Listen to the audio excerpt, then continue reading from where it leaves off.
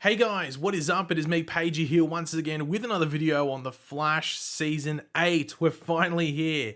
It started, Episode 1 has come out, and this is of course going to be my review for Episode 1 of The Flash Season 8, the premiere. Also, Part 1 of this 5-part Armageddon event, which is kicking off the season. And of course, this episode is otherwise entitled Armageddon Part 1. But of course, spoil it for this episode. I'm going to be talking about everything that happens, in the lead up and also the end, what's being, set up for the rest of this storyline, this event. Lots went down this episode, and I think pretty much there's not much to really complain about, which is one of the best things possible, especially with the season premiere and the kickoff to an event, because things have to run pretty smoothly. Otherwise, there could be other road bumps ahead in the episodes to come. But of course, throughout the video, be sure to let me know your various thoughts, opinions, thoughts, theories, everything like that. Always curious to read what you guys are thinking. What would you give this episode out of 10? What were your overall thoughts? Are you excited for what's to come? And yeah, just let me know all that in the comment section down below. And of course, if you're going to enjoy the video and you enjoyed this episode, The Flash, you want to drop a like on the video to show your support for the video and the show and everything like that. So just quickly, I will probably mention this again in the video at some point when it's relevant, but this takes place 6 months after the end of Season 7. So we know what happened at the end of Season 7, but the main thing to really talk about is that Barry sort of leveled up and he got much faster due to what happened at the end of Season 7, and that plays out in this episode. So I think that's really the only major relevant thing to talk about leading into this episode and just this specific event of Armageddon. But overall, this episode had great character moments and great development with those characters, whether it was short, medium, or just overall developing someone that you didn't think could be developed more. I think they did it. I think every character in this episode was done perfectly. Joe wasn't in this episode, which was a bit surprising. Oh, maybe not surprising, but I did notice Joe wasn't there. I finished the episode, I was like, oh, Joe didn't show up. But Cecile's in 2 scenes, I think, or something like that. So, but there was no scene there that I went, okay, Joe had to be there. You know what I mean? There was nothing like that.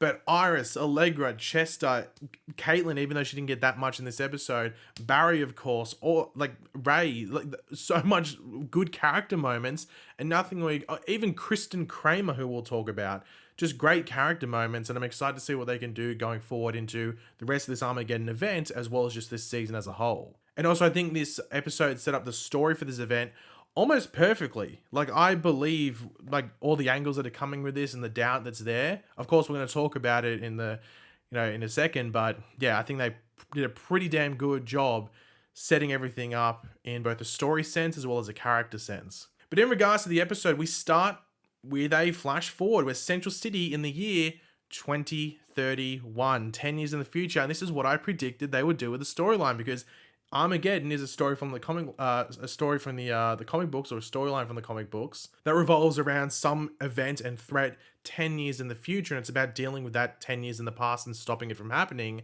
And that's what's happening here. It's just Flash centric, when in the comics it's not Flash centric, might I say. But yeah, we see everything in chaos, and we do see Despero. It looked like he was reveling in that destruction, but he's more just a part of it. Now, I wonder if there's going to be various twists and turns in this storyline, where he wants to continue it, but he can't because the Flash is there in the future, and whether he's just propelling a lie. But then later in the episode, we're led to believe it's not a lie. I'm very curious, because they're not just going to show all the cards, and the cards is a very good reference for other people that show up in this episode. They're not going to show a full hand or a royal flush in this, in this first episode, in regards to Despero's plan at the very least. They're going to, or what's going on with him. They're going to sort of let it play out. And I'm very curious to see what twists and turns could potentially be there. But they let us know that potentially this could have been prevented if what needed to be done was done. So will that happen? Is there any, specific 100% truth to this? That's for us to wait and find out. But we do get Caitlin and Barry sort of catching up, where Caitlin is ready to move on in her life personally. There's mentions of Killer Frost and what she's doing, but it's just Caitlin in this episode. But we do get a good example of Barry's rise in power and leveling up, where he saves this potential train disaster, which could have resulted in hundreds of deaths, and just not just 100, but hundreds of deaths. And he does it in mere seconds and gets back, and it was all a breeze. That was so much easier, when in previous seasons that would have taken Barry a while. That train sequence would have gone much longer in previous seasons, but right here, right now, just took, I think they said, was it 20 odd seconds or 12 seconds? Something really quick, it was insane. But that was just the first instance of it, and we get more instances of it later in the episode, which was really cool to see. I like the fact that they're just showing us that Barry is, leveling up. They're not just watching him run fast and go, oh, he's running at 20 bajillion max or whatever it is. They're showing us specifically how his powers and everything are leveling up, which is really cool. Now, Iris is Central City's citizen. That's always a mouthful. That brand has grown massively. Now it's into the media conglomerate, or at least the beginnings of that. It's not like it's got 100 employees. I think they got is it 10 or something employees? It's got a few different journalists and assistants and tech people working there. So it's 10 people or something like that. So it's the beginnings of the media conglomerate, which we saw in the scenes from the future in episodes in previous seasons. Now, as I said earlier, it's been about 6 months since the end of season 7. And though some might think this is frustrating that this development with Iris, and at least specifically Central City Citizen, was done off screen, it was always extremely inconsistent and sometimes illogical on screen when they did it. It was probably the most inconsistent storyline they did on the show. And as I said, sometimes illogical. You didn't believe that this brand and blog was growing at all because you never saw them post any news about it. So I actually prefer the development off screen. It's going to be frustrating to some. For me, I prefer it just because it just happened. And they can actually play with this new environment that they've set up, which I think works better. That's just me, but I think it's for the better. And they do mention that Sue Dearborn is the landlord of the building, so I guess that's going to be the entry point for her to come back into storylines or episodes in the future. But one character that's back, which some people might have been hesitant about when the news came out about this, but I think this episode, pushed her in the right direction, is Kristen Kramer. So she's on Iris's podcast where we see development with a character there about the anti-metahuman and what stuff that happened in previous seasons, or last season specifically, and everything like that. Though that's something I'm sure that we'll see happen more go forward in regards to her dealing with, the carry-on from last season. Now, there is this new team around Allegra and Iris at the Citizen, and they're quite over the top, very snobby, like you'd expect a journalist to be, especially nowadays. Oh, I can cancel you. Okay, no. But anyway, so they're very that type of people. But we get some good stuff between Allegra and Iris that allows Allegra specifically to grow. And I think Allegra, I would say this is probably one of her better episodes, if not her best episode in regards to her character. And I really like the interactions between her and Iris. Iris actually felt like a boss. Boss lady, boss pants. She felt like she was the boss of the Central City Citizen and was owning it, where in previous instances of this, she just felt like she was a random reporter, but now she feels like she is a boss. Now, obviously, to get to that point where you would believe that she was in charge of this stuff and everything like that, I think she has to grow in that. But I think this environment with this new setup with the Citizen and I guess Central City Citizen media, I think that's going to allow it to happen. So I'm actually excited to see what they do with Iris, and hopefully they don't go try and make it too much. Just do what you need to do in this environment and it'll work, and it'll make Iris a much better character and continue on this, good start off point as well as with Allegra. But speaking of Iris, her and Barry are having a quiet night in where Iris's time sickness gets brought up again, but apparently Iris has got it under control and there's nothing to worry about. Though we know that's a lie because we know it's coming into this season. I just don't think it's going to be a major player in Armageddon, just be brought up a couple of times, and afterwards we'll see it pop up more and more and more. However, they interrupted by the one and only Ray Palmer, who is in need of some urgent accommodation. I mean, couldn't he just shrink and sleep in a pot plant or something like that? I'm not too sure. But Ray is catching up with Barry and Iris, and he lets us know what he has been up to since leaving the Legend of Tomorrow, because obviously that happened, 2 seasons ago on Legends? And he's just getting back to being Ray Palmer, rather than just the Atom, or just being a member of the Legends.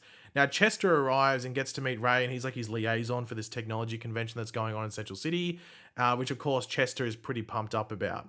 Now, we do get to cut to Mercury Labs, and it's what's going on here? Because I, for some reason, forgot that these characters are in this episode, even though it had been talked about in a couple of instances, but we see a full-on metahuman Royal Flush Gang show up. They've definitely been upgraded from petty bank robbers and stuff like that with masks to legitimately having proper full-on metahuman powers, with them stealing a very shiny microchip of some sorts. Now, Barry does go to investigate the scene of the crime, where Barry does have a flashback of sorts to the Royal Flush Gang's first crimes, which was when he was when he was in a coma, which I thought was a bit odd. Now, they did this a couple of times throughout the episode where they had these flashbacks to sort of explain a moment, and I wonder if they did this for just to remind people But they even had with like Allegra from last season, so it's not like not long ago. I think people should be able to remember that moment. So I was like, are they doing that to show instances of what people are referring to like new viewers or casual viewers that maybe don't watch The Flash but are tuning in because Batwoman's on, or because Alex Danvers is going to be in the crossover, or because Ray Palmer's there and they watch Legends, something like that. Maybe that's why they were doing that. Or maybe it was just a stylistic choice. I'm not too sure. But Kristen Kramer is there now. She left the CCPD. I don't know if they mentioned that because she said she was taking like indefinite leave, but is she back there working there? I missed that line if they said it. If they did, please let me know because I wasn't too sure. But she's back. However, she's poking around and she's actually having fun with Barry, which makes her character so much better. Last season, she was like a bottle of stale milk. It's just like, ugh, yuck. You didn't want to be near her, like the attitude and everything. But if they make the character sort of like, a bit of a hard ass, but a fun hard ass, I'm all for that. I think the actress can do it. I think she just did it in that scene. So, and she did it sometimes with Joe last season as well. So if that's what they want to do with the character and they want to make the character relevant on the show and they want to continue that story, go with that version. I like that. I like that scene with Barry and Kramer. I like the banter between the two. Go with that. I want to see more of that. But yeah, the investigation with the crimes doesn't stop there. So Barry's investigating more of the crimes that he has dealt with in the opening of the episode. So the Royal Flush Gang has apparently changed their intentions to what they did with the train, which Barry is able to connect them to tech thieves like we saw at Mercury Labs. But what's going on here? Well, more is added to this when they cause a major disturbance at Iron Heights, which allows the inmates within there to run about outside of their cells, but they also take a prisoner with them. But why? Now, before we jump into the continuation of the Royal Flush stuff, Chester is being a bit too like full on, pushing Ray towards being what he used to be again. But Ray doesn't want to be what he used to be. He wants to go back to being Ray Palmer, but the Ray Palmer now. The Ray Palmer that's married to Nora. Not that. Like the Ray Palmer post Legends. He doesn't want to go to Ray Palmer back then when he was like this big business science dude, tech dude. He doesn't want to do that. He wants to be Ray Palmer now. And obviously Chester is a bit pushy, which caused a bit of an awkwardness between the two, especially from Chester's side towards Ray, just because of, what he was doing, like being pushy and everything like that. But we know Ray's not going to hold a grudge, is he? He's not going to hold a grudge. But we do find out, back to the Royal Flush Gang stuff, we do find out the Royal Flush Gang haven't been changing their plan. They've just been building towards the end goal of a plan, the end game, and that is a cryptocurrency heist. Way to be relevant. And that's why they took that microchip to make us like pretty much a supercomputer almost. And then they had some fun at Iron Heights, getting the prisoner and everything like that. So that was what they were doing. And I think it was $50 million, I think, from like the various casinos around, I guess specifically Central City or the area that deal with cryptocurrency. Now, this is where we get one of the coolest scenes in the episode and really highlights Barry's powers. That's when we get the Flash versus the Royal Flush Gang. And obviously, them together, like Royal Flush Gang, Royal Flush, you're going to kill someone, aren't you? Barry deals with them with literally no effort. Like Grant Gustin had said in an interview that he deals with them pretty easily. I didn't think it was going to be that easy. He deals with them with literally no effort. Like he's walking, just turning heads. Okay, yeah, whatever. He could have gone and made a sandwich, come back, eaten the sandwich, maybe left some crust so he could eat something after completely defeating them. Like he defeated them so easy. It was so cool. Barry has definitely leveled up based off that and also other stuff that happens in this episode as well. And I'm very curious to see whether that leveling up is maybe the concern that ties into the storyline with what's going on with Despero and his concerns as well. So yeah, very curious to see what happens there following on. But we do go off to the Central City Technology Convention. We go there a couple of times, but in regards to like the end of the episode, we go there where it's popping off. I guess popping off is the best term to use. And it's complete with a big Star Labs booth, which was pretty cool. And I did love that chat between Barry and Ray. It's like developing a character in regards to Ray that you didn't think had more room for development. I just love that chat between Barry and Ray and just that character moment, which I thought was really, really good. Even that quote, if you want something that doesn't exist, invent it. Like, I love that. But we do get Iris speaking to Ray at the tech convention. She's like the panel of his like sort of like little thing that's going on with him, when all of a sudden Despero shows up and starts to mess with everyone's minds, which is causing quite the scene and a ruckus. Now I do love the way that he sort of like teleports and even transforms. He sort of goes like invisible. I think that's really, really cool. Now Despero wants the Flash. We expected that was going to be the case, and it's not to come to a tea party and have some lunch. It's obviously to kill the Flash, or specifically to kill Barry. Now Despero insinuates that the Flash is not good in the future. and he causes, I guess what will lead to what happens in the future and what we saw at the beginning of the episode. But this is before he transforms into his alien form. And this blew my mind. Now, of course, it's not Thanos CGI level, but they run off like a bajillion times more of the budget. Was anyone else shocked at how good Despero looked for TV? I think it's Grodd / King Shark level CGI for TV, specifically the Flash, and it's humanoid. He has human emotions. That's not the like I know evolved from primates and stuff like that, but Grodd's still an animal, and it's easier because he's a bit darker and you can shade it off and everything like that. So it's easy to cover that CGI. But with Despero, I couldn't believe that he looked as good as he did. In the second scene towards the end of the episode, it looked a bit odd. And I think that's because maybe they didn't use the same methods that he did for that opening scene. I think at the very least, it just looked a bit different than this opening one. But this opening one in the daylight outside of the convention center, it looked amazing for me. Honestly, for TV level, I would probably give it like a 9.5 out of 10. You might disagree and go, nah, I hated it, 4 out of 10. But for me, 9.5, maybe 9 if I'm being really, really picky. You know what I mean? I thought it looked really, really good. But anyway, in regards to this, we get the Flash and Adam versing Despero. Ray shrinking Barry, which I thought was cool. I like Barry's line, like, I know how Diggle feels, because he's like about to throw up. Obviously referring to when Diggle gets, speeded around and everything like that. But Despero is not only fighting them physically, but he's fighting them mentally as well. Now, Despero ends up showing Barry the coming Armageddon in 10 years that we saw at the beginning of the episode. And that's why Despero is there, to kill Barry, to save the future. Now, luckily for Barry, Ray is able to mess with Despero's belt tech thing just in time before Barry gets yeeted. So that, allows, Barry not to die at that point in time. But this does lead to Barry discussing, what he was told by Despero and what he saw with the team. And it's sort of just weighing up whether what he was told is actually true or not.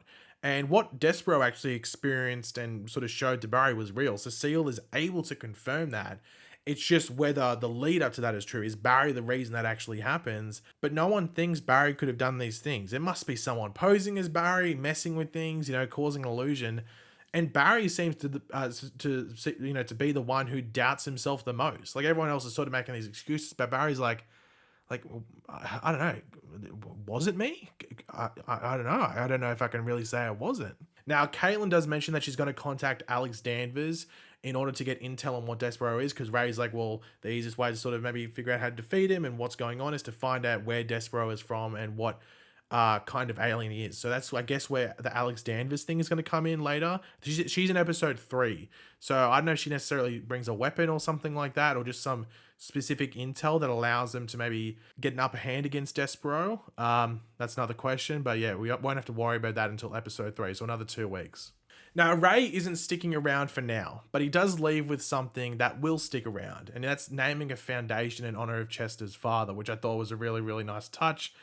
Just because of the Chester and Ray stuff going on this episode. Like, a lot happened there, and it was only one episode, and there was all this other stuff going on as well. So I think that just shows you that the character moments were done really, really well in this episode. But we do get a quick end scene, and that's Barry facing up to Despero, and this comes off Ray's advice of, like, showing Despero who he truly is, to sort of, like, prove that surely this isn't what he could be doing in the future. But Despero says that Barry in the future takes lives, and he revels in taking those lives. But Barry offers up his mind to, and just, I guess, him as a person, to Despero to sort of prove that what he is saying happens couldn't be done by Barry, couldn't be done by him. But Despero doesn't 100% buy it. But he does give Barry 7 days to prove that he isn't on the pathway to becoming what he is, pretty sure that Barry will come in the future. Now, Barry does show Despero that he is actually Barry. He takes off the mask and goes, I'm Barry Allen. Even though couldn't Despero just read his mind and know who he is? I'm not too sure. Anyway, bit of a nitpick. But yeah, there's all the setup we have for the next few episodes. And I think they did it really, really well. And it felt like an actual proper crossover. Like, this is what the crossovers have done in the past, outside of maybe, I'd say just Crisis specifically. I think all the other crossovers in the past, at least the ones that have like 3 or more episodes, they have the first episode be something, almost feels like a normal episode or like a mini crossover of sorts, or just nothing too action packed. And then the last 10 minutes is like bam, bam, action and setting up the story, and that's what this episode did. And I think it did it really well, but also had that Royal Flush Gang stuff in there, so it just didn't feel like it was all dialogue and everything like that. So great first episode for not only Armageddon, but just the Flash Season 8 as a whole, and I can't wait to see how the rest of this event plays out. 4 more episodes, and of course we have Black Lightning next week, and I think it's going to get even more crazier as more gets revealed and there's various twists and turns that come out, and I personally cannot wait to see what happens. But yeah, guys, thanks for watching. Hopefully you enjoyed the video. If you did, it'd be awesome if you could drop a like on to show support. Let me know in the comments section down below your various opinions on everything that we went over in this video. What did you love? What did you hate? Overall thoughts on this episode, let me know in the comments section down below. And of course, if you are new to the channel, make sure to subscribe, and I will catch you guys later. Goodbye.